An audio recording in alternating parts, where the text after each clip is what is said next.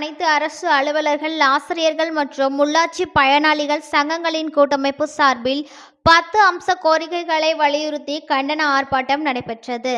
ராணிப்பேட்டை மாவட்டம் ராணிப்பேட்டை அடுத்த முத்துக்கடை பேருந்து நிலையம் அருகே தமிழ்நாடு அனைத்து அரசு அலுவலர்கள், ஆசிரியர்கள் மற்றும் உள்ளாட்சி பயனாளிகளின் சங்கங்களின் கூட்டமைப்பு சார்பில் கண்டன ஆர்ப்பாட்டம் நடைபெற்றது. இந்த ஆர்ப்பாட்டத்தின் போது புதிய ஓய்வூதிய திட்டத்தினை ரத்து செய்து பழைய ஓய்வூதிய திட்டத்தினை அமல்படுத்த அரசு நடவடிக்கை எடுக்க வேண்டும் என்றும், நிதி பற்றாக்குறை என தெரிவித்து நிறுத்தி வைக்கப்பட்டுள்ள சரண் விடுப்பு சலுகைகளை உடனடியாக வழங்க வேண்டும் என்றும், அனைத்து அரசு துறைகளில் பணியாற்றும் பணியாளர்களுக்கு காலமுறை ஊதியம் வழங்க வேண்டும்.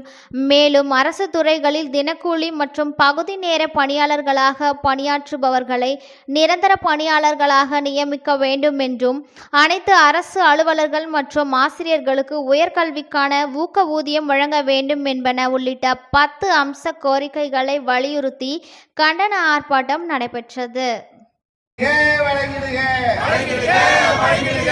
தமிழக அரசே மௌனம் தானா? ரத்து செய் ஆட்குறைப்பு அரசாணையை ஊழியர்களே நிரந்தரம் செய். ஒன்றுபடுவோம்.